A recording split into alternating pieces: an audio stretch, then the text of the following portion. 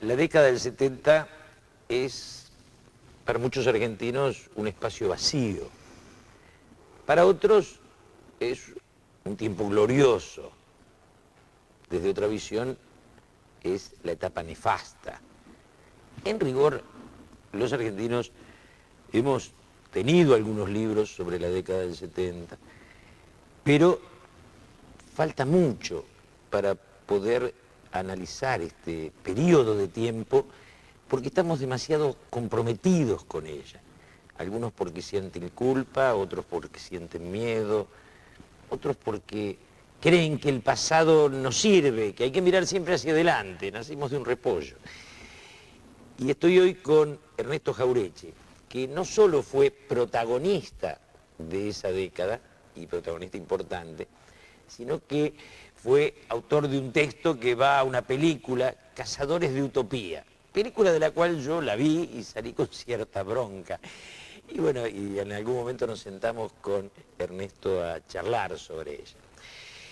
¿Qué recordás básicamente de los 70? ¿Qué es lo positivo y qué es lo negativo de esa etapa en la cual vos estuviste, bueno, comprometido, metido en serio, ¿no? Lo fundamental es que los 70 no es mi vida, no es toda mi vida. Es un pedacito chiquitito de mi vida. Yo empecé a militar en el 55 y sigo militando en el peronismo. Entonces para mí esos 5 años es apenas un lustro en 30 y tantos años de militancia. Pero el más duro, el más intenso, el más discutido, ¿no? No estoy seguro de eso. ¿No estás seguro de eso? No estoy seguro de eso. Fue un periodo efectivamente duro, pero también en el cual marchábamos siempre hacia adelante, donde todo parecía indicar que la derrota había sido vencida de una vez por todas y que la victoria estaba cerca. Y bueno, y era la crisis internacional del capitalismo, la crisis final del capitalismo, como decíamos en aquella época. Y además era la salida de 18 años de proscripciones, de resistencia, de luchas. Y era la democracia también, la democracia camporista.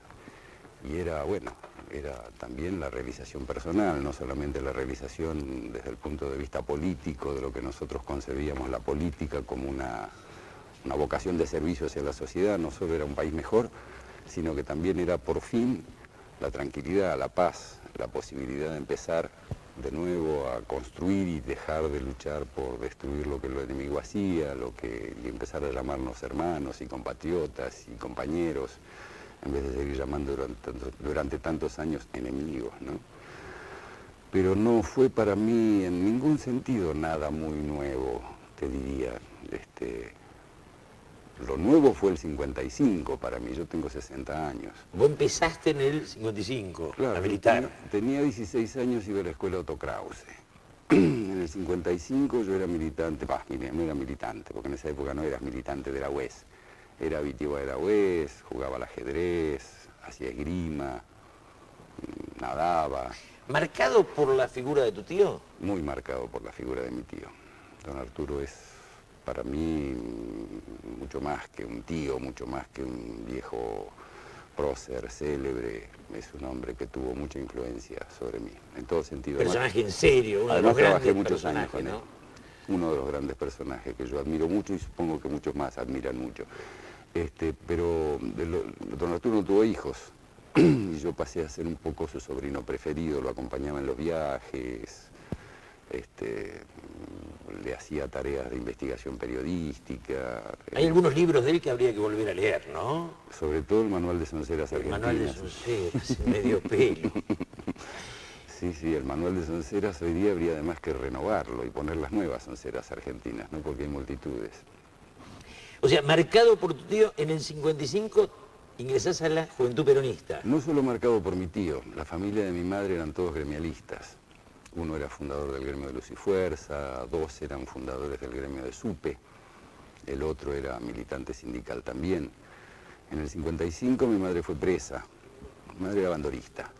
Bandorista. Así es, trabajaba, digamos, apoyando a los trabajadores en el gremio de la UOM. Esto me permitió a mí participar de los más importantes eventos de la época. Yo estuve en la creación de las 62 organizaciones llevándole mate a Framini, al lado de Rucci, digo, era un mocoso que andaba dando vueltas por ahí. Mi madre fue presa inmediatamente después del 55 y volvió a ir presa después del golpe del 56. Y mis tíos fueron todos presos, así que yo antes de cumplir 18 años ya conocía las cárceles de Coronda, Esquel, Rawson, Devoto, visitando a mis parientes, porque como era el líbero. Después te visitaban a vos. Después me visitaron ellos a mí. ¿Y la violencia en qué momento empieza como hecho popular en la Argentina? Porque la violencia empieza en el 55, cuando cae el gobierno democrático. Pero ¿en qué momento en el 68 se hace? Después del Cordobazo. Empieza bastante antes, en realidad, te diré. Desde el punto de vista de lo que nosotros éramos una familia peronista, nos sentimos profundamente agredidos con varios episodios. Las bombas en la Plaza de Mayo puestas por los comandos civiles, el bombardeo a la Plaza de Mayo que yo presencié, porque yo iba hacia el Otto Krause, vivía en Colegiales, iba hacia el Otto Krause, y de casualidad estaba ahí y vi todo lo que ocurría, y como yo era un tipo que ya tenía un compromiso, aunque sea afectivo, con la política, porque era muy chiquito,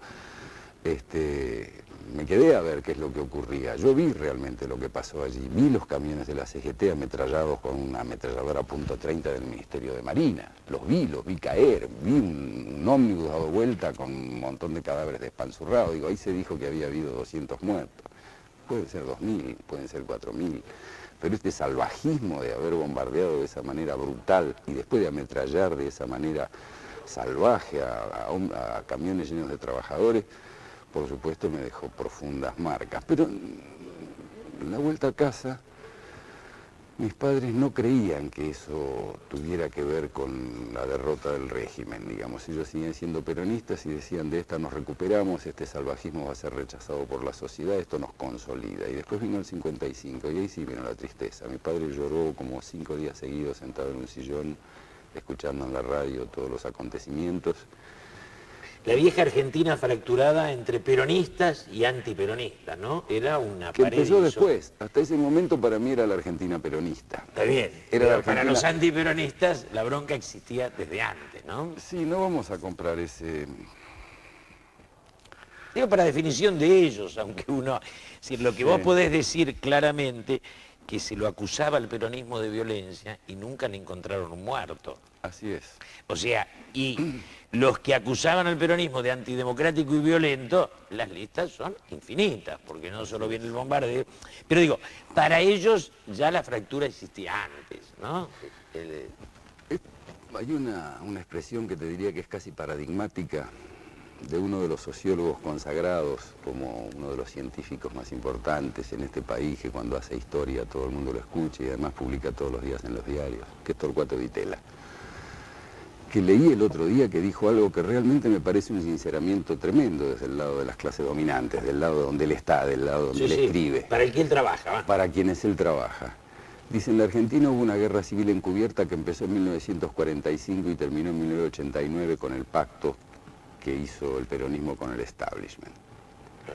Y esto es así para ellos, exactamente. El 17 de octubre, esa movilización después pacífica... agrega una tontería y dice, ahora voy a poder estudiar el peronismo ahora que está muerto. Exactamente. Pero pobrecito, Torcuato no da para mucho. Bueno, pero fíjate hasta qué punto es un sinceramiento de una posición. Esto hasta ahora no había sido dicho por nadie. La guerra la declaró el pueblo el 17 de octubre. Esto la es gente que quería opinar o votar, esto ofendía a Torcuato. Por supuesto. Ganó Torcuato, ¿no? Por supuesto, la gente quería construir su sindicato, quería solidaridad, quería ganar más, quería participar en la decisión de los destinos del país. Bueno, esto era la guerra. Esto es lo que es un gorila, ¿no? Aquel que desprecia a la mayoría, que cree que la mayoría, si participa, enloda todo, ¿no? En estado puro, y esa definición lo caracteriza a él y caracteriza a muchos otros. A muchos de sus otros, seguidores. sí. Creo que él la pone en blanco y negro con una audacia poco corriente. Es audacia, digamos, inconsciencia, que bueno, falta de... Yo creo que más que eso, es contumacia. Que es refinamiento. Y te diría hasta cierta impunidad respecto de que se puede seguir manejando esto, que de todos modos con la violencia cargamos los peronistas. El importante era el padre que creó esas industrias, de la herencia. Lo único serio que tiene esa familia.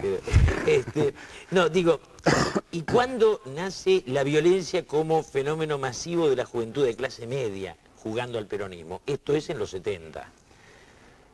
Después del Cordobazo es. Claro, pero... Porque antes eran grupos chicos. El peronismo no era mayoría universitaria. En el 55 ni existía, no tenía peso. Así es, pero la cosa no es como se la cuenta. No es que los jóvenes salieron de la universidad porque un día entraron los caballos mandados por Onganía, invadieron y le pegaron unos palos al rector, a Rolando Noche de los García y bastones compañía, largos, la ¿no? noche de los bastones. Y ese día se concientizaron de golpe, los estudiantes salieron a la calle. Primero, tengamos en cuenta, había una experiencia de violencia popular muy larga. Ayer estaba mirando unos números, unas estadísticas, y leía un comunicado del Ejército del año 1962 que dice: entre el 1 de mayo y el 30 de junio de 1962, plena vigencia del plan Conintes, es decir, suspendidas las garantías constitucionales y la posibilidad de aplicar la justicia militar a cualquier bochinchero que anduviera por la calle. Plena vigencia, porque había sido puesto recién en vigencia de vuelta el 41-61, que prohibía nombrar a Perón y Evita. Nombrar a Perón y Evita, democráticamente, ¿no? Por supuesto, impuesto. Esto era para educar. Para educar. Entre el 1 de mayo y el 30 de junio, 60 días, se pusieron 1022 cargas explosivas. Hubo 440 atentados contra la propiedad. Hubo algo así como 1200 casos de sabotaje a la producción.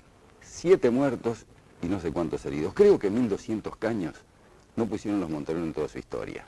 Y estamos hablando de 2 meses de la época del Conintes.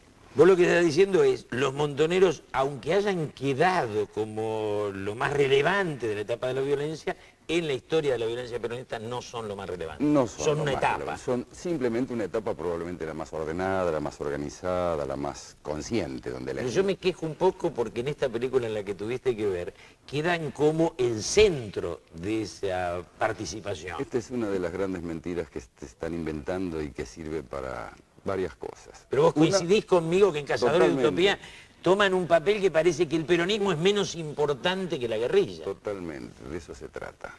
En general, y esto ocurre con casi toda la literatura setentista, de lo que se trata es de crear el setentismo, el camporismo contra Perón, el evitismo contra Perón. El evitismo contra Perón, el clasismo, para no nombrar al peronismo, fundamentalmente, que es el gran factotum de todo lo que ocurrió durante todo este periodo. El peronismo incluye a la gente. Claro. Los otros elementos la excluyen. Claro. Entonces es un gorilismo de izquierda que es selectivo. Entonces parece que la generación del 70 era un grupo de jóvenes románticos, nacidos en repollo, como dijiste hace un ratito, que quién sabe por qué aparecieron. Y esto no es así. No es así. Además no es así tampoco la incorporación de los sectores de la clase media a la militancia. No nos olvidemos una cosa, en los años 60 la clase obrera argentina era la mejor paga de toda América Latina. Se habían instalado en la Argentina fábricas de alta tecnología, ya a esa altura de los acontecimientos, automotores, petroquímica, química, construcciones, siderurgia, que demandaban una clase obrera muy intelectualmente bien formada.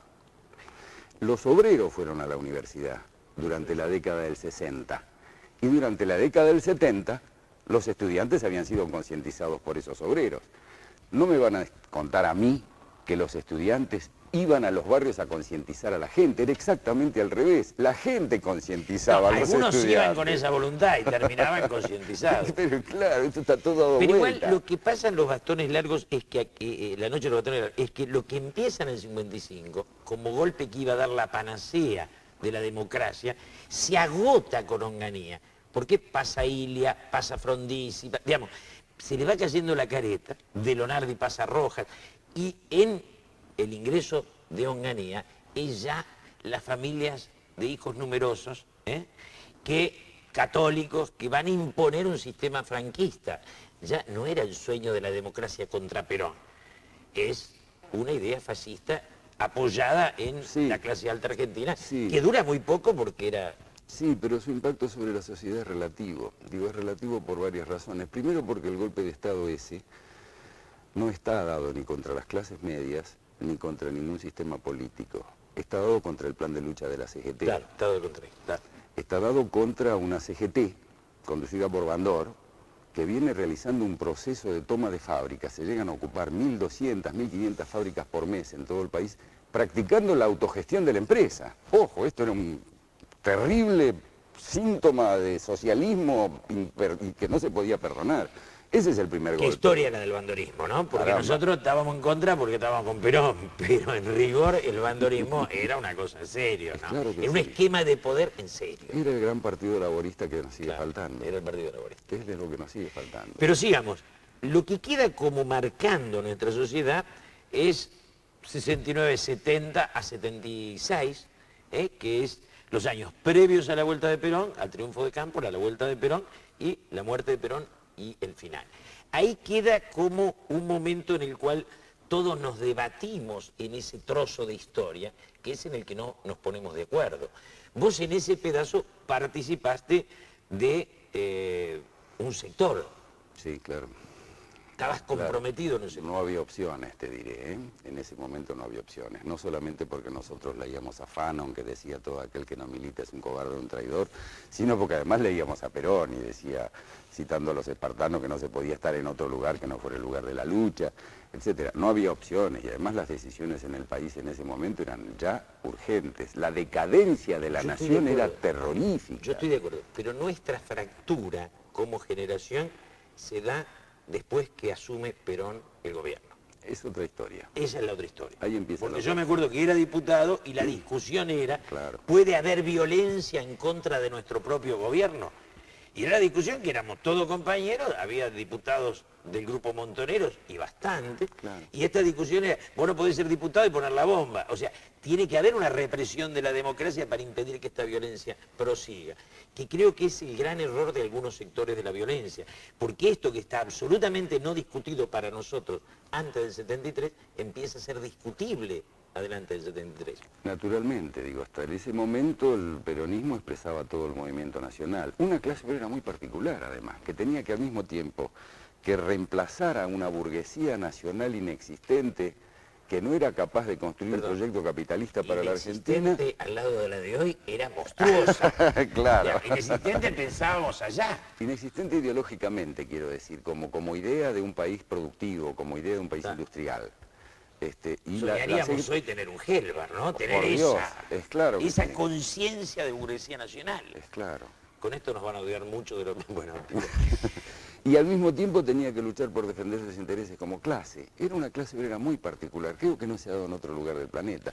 Entonces la construcción de esta ideología política era esta ideología de unidad, esta ideología que le dio al peronismo esta vocación por los frentes, por las alianzas, por el respeto del adversario, por la incorporación del adversario a su espacio político para tratar de constituir mayorías insuperables. Digo, el peronismo nunca ganó solo ninguna elección. ni quiso.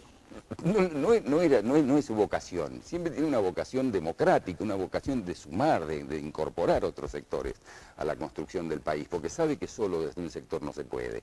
Y así fue siempre y sigue siendo.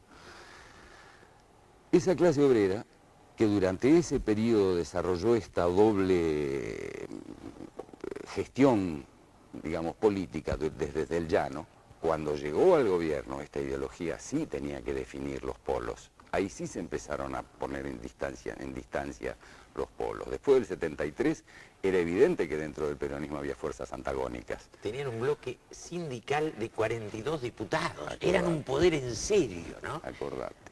Y estaba lo que era la juventud, que era mayoritariamente partícipe de la guerrilla, que eran más de 15 diputados. O sea, era un grupo, 8 renuncian. Así Pero era es. un grupo grande, ¿no?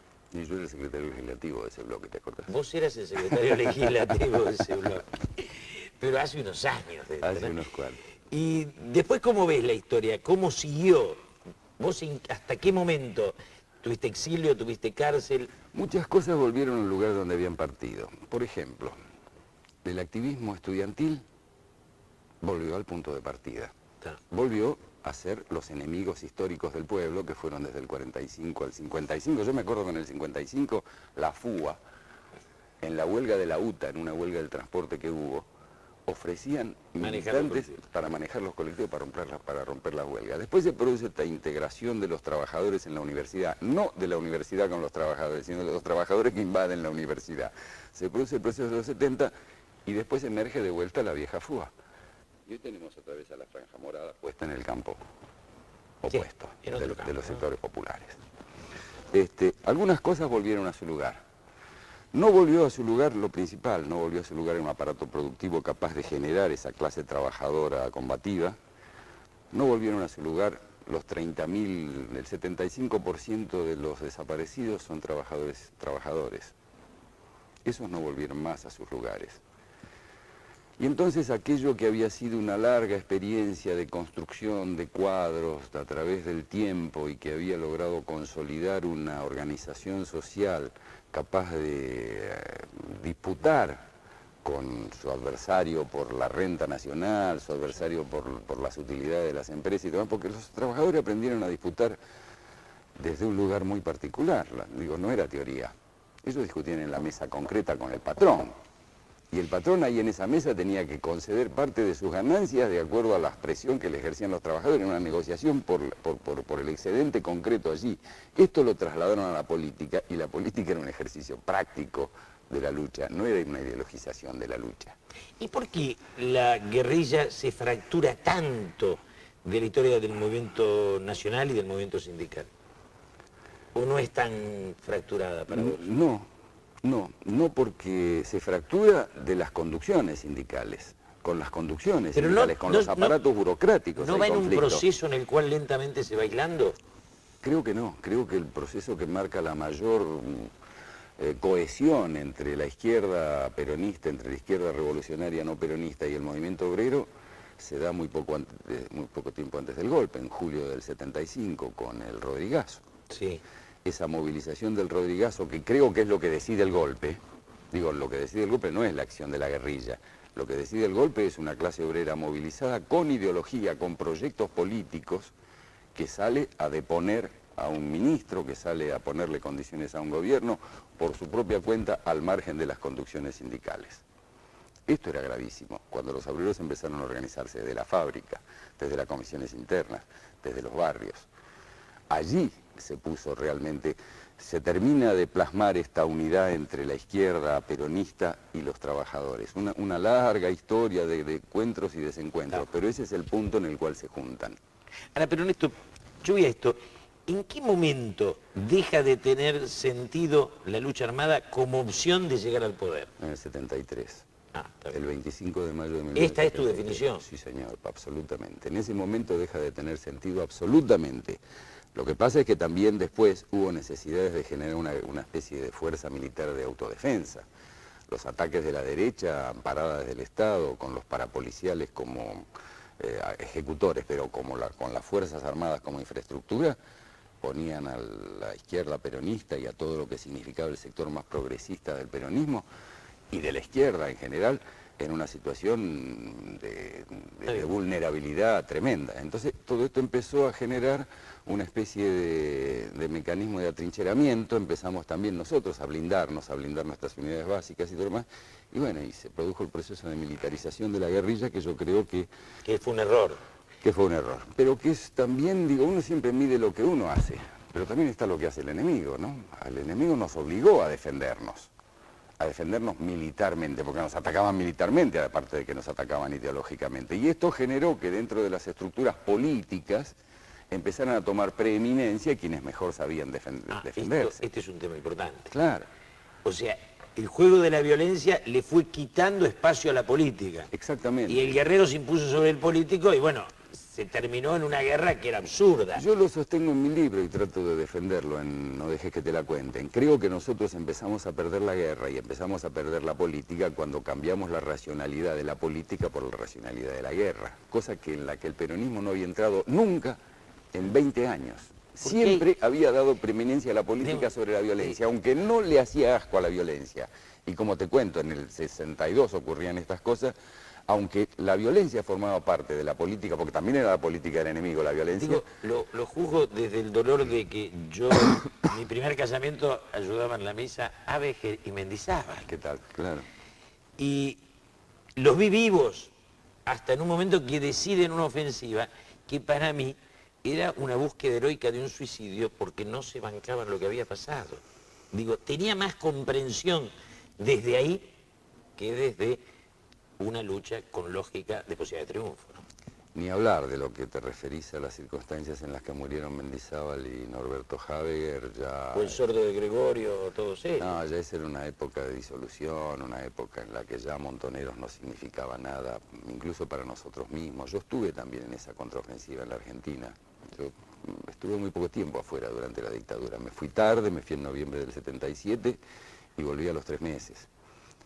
Y me quedé dentro de la Argentina hasta el 80, cuando ya me resultó imposible sobrevivir dentro de la Argentina. Pero yo todo ese periodo lo viví desde acá.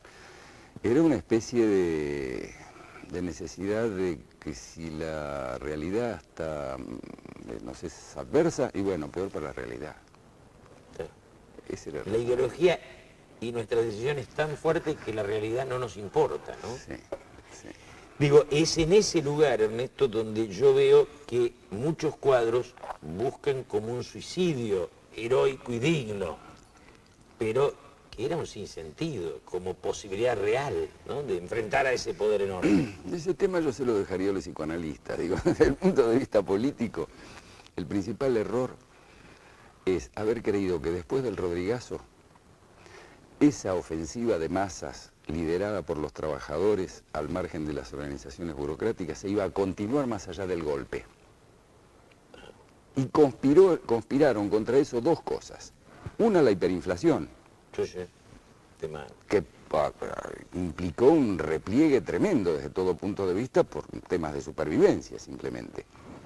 Y el otro tema, que el golpe contó con un grueso apoyo, con un importante apoyo del establishment político, que confundió muchísimo a la gente al principio. No nos olvidemos que el Partido Comunista decía apoyemos a Videla porque si no después vienen los si no vienen los malos, el claro, oficial de verdad. Claro, no nos Los olvidemos sectores democráticos de Videla y Viola, decía Radio Moscú. Exactamente. Y que al día siguiente del golpe ya los radicales estaban pensando cómo iban a meter sus funcionarios en el Estado. Digo, en Córdoba nombraron, casi todos los intendentes eran radicales, por ejemplo, que no lo nombró Menéndez. Bueno, Ernesto Goreche, gracias, con un tema que es la década del 70, que es solo poner una piedrita en este gran tema que lentamente, con los libros, con algunas películas como Cazadores de Utopía y con miles y miles de diálogos, podremos ir sacando a la luz y que sirva para una experiencia y no para tanto rencor o tanto temor. Gracias.